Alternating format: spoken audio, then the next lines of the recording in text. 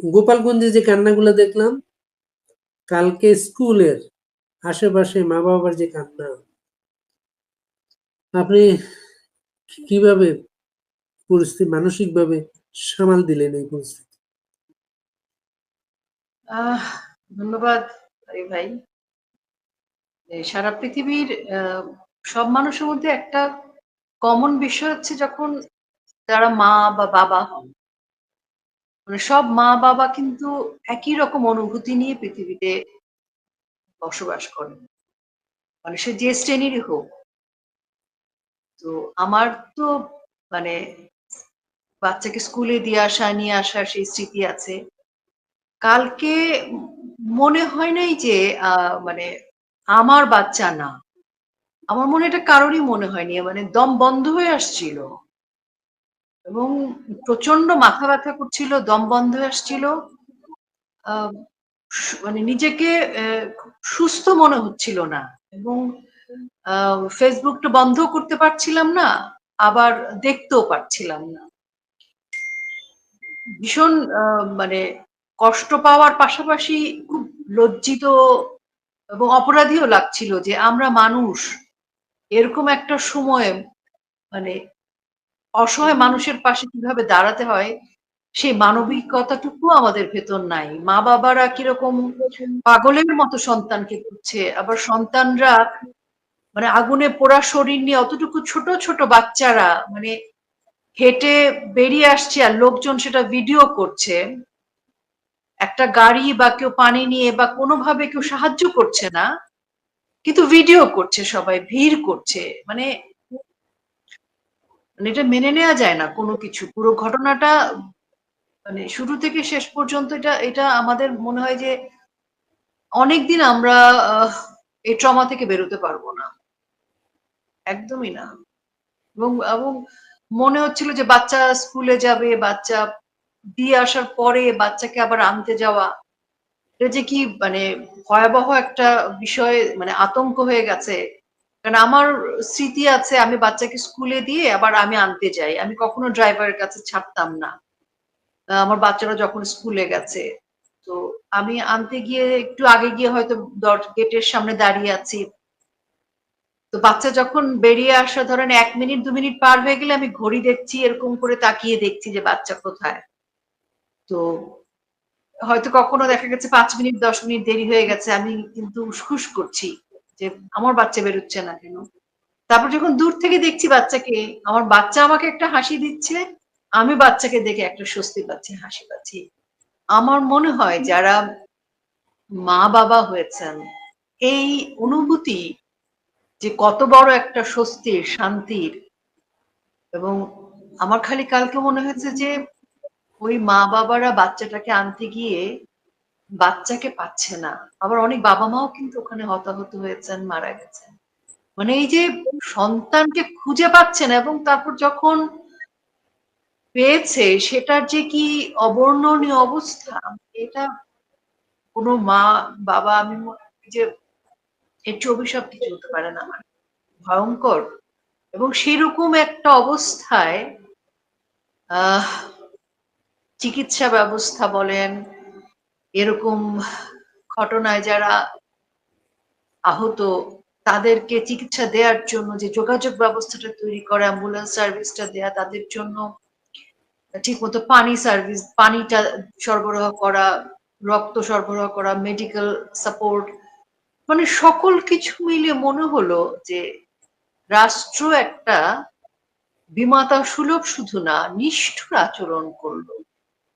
মানে রাষ্ট্র জানি দেখেন আন্দোলন করি, রাজনীতি করি, সবকিছুর ঊর্ধ্বে তো একটা সন্তান, একটা শিশু।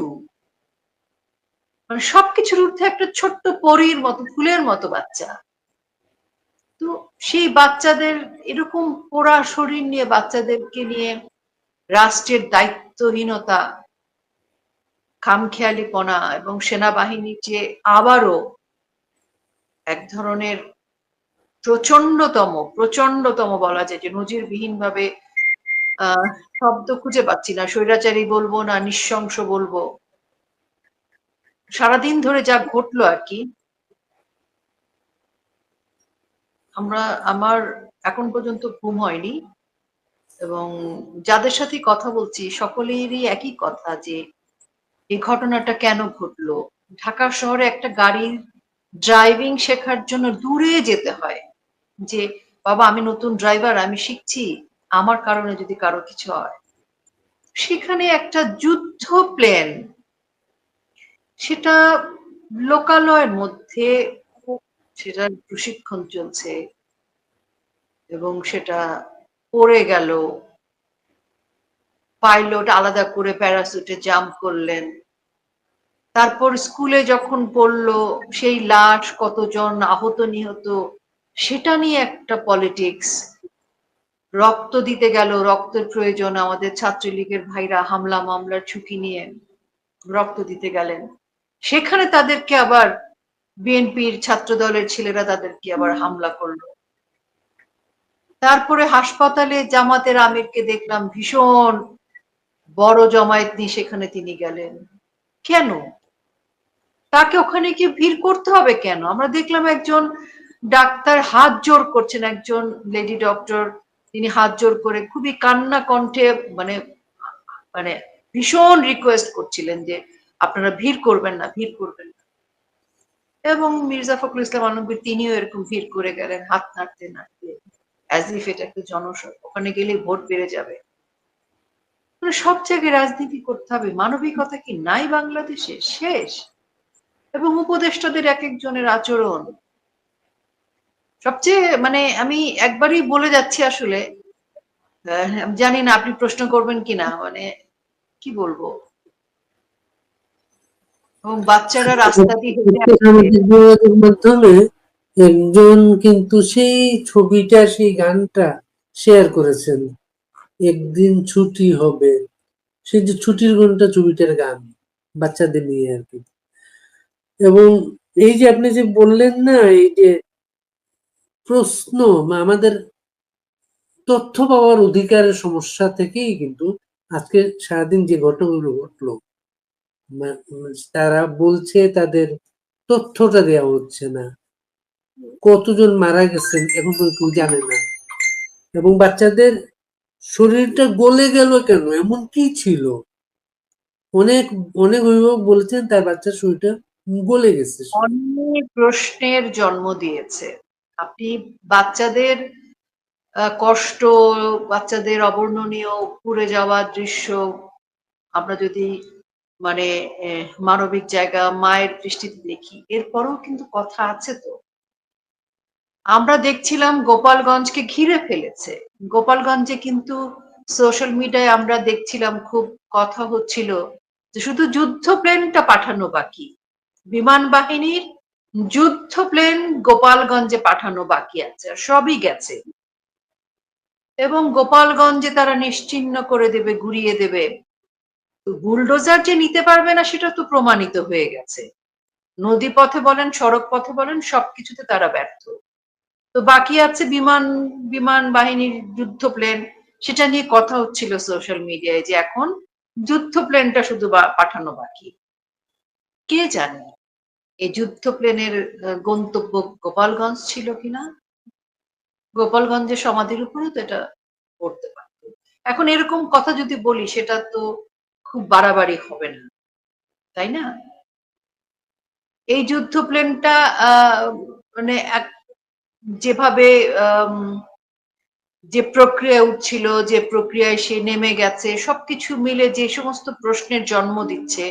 এবং দেখেন ব্লাস্ট হওয়ার সাথে সাথে তারা গেল, মানে কালকে বিকালের মধ্যে, রাতের মধ্যে সকল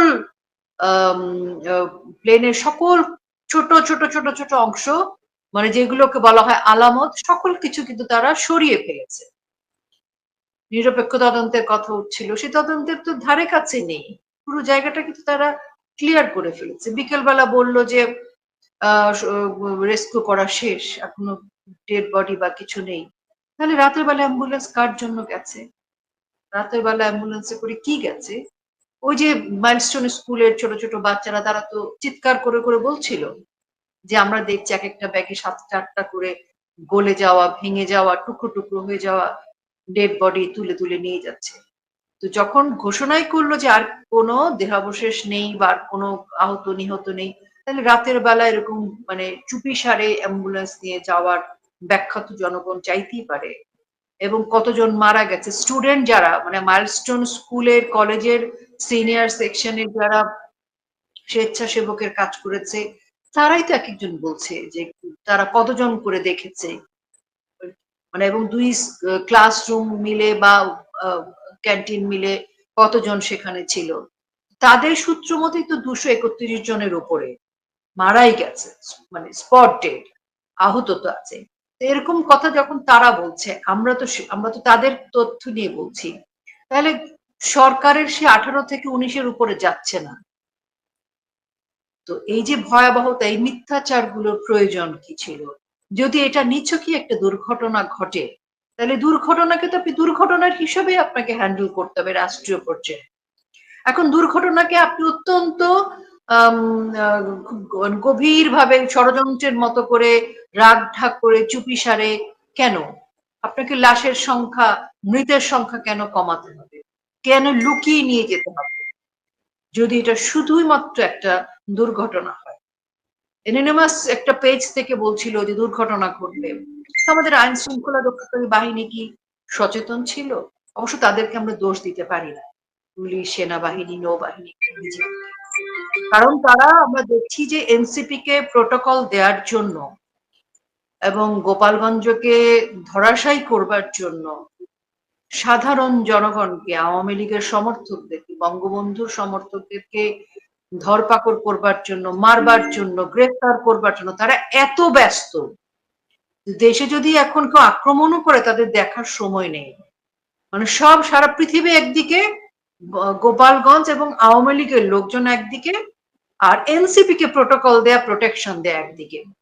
দেখেন প্রতিদিন এই এনসিপির পিছনে যে পরিমাণ রাষ্ট্রীয় প্রোটেকশন দিচ্ছে নিরাপত্তার নামে, যে পরিমাণ মানে নিরাপত্তা সেনাবাহিনী, তারপরে বিজিবি, পুলিশের যে পরিমাণ সাজোয়া যান, ভারী যান ব্যবহার করছে, তাতে প্রতিদিনের আনুমানিক খরচ নাকি ৩ কোটির ওপরে। তো এনসিপি ওরা কে? একটা অনিবন্ধিত রাজনৈতিক দল, যার যে রাজনৈতিক দলের কোনো হিসেব নিকেশ নেই। দুদিন আগে যারা চপ্পল পায়ে দেয়া ছাত্র ছিল, আজকে তারা কোটি কোটি টাকার মালিক, আজকে তারা বাংলাদেশের সর্বোচ্চ ক্ষমতাধর, তারা ইউনুসকে চালায়, রাষ্ট্রকে তারা চালায়। খোদ সেনাবাহিনী তাদের সেবায় নিয়োজিত, নৌবাহিনী তাদের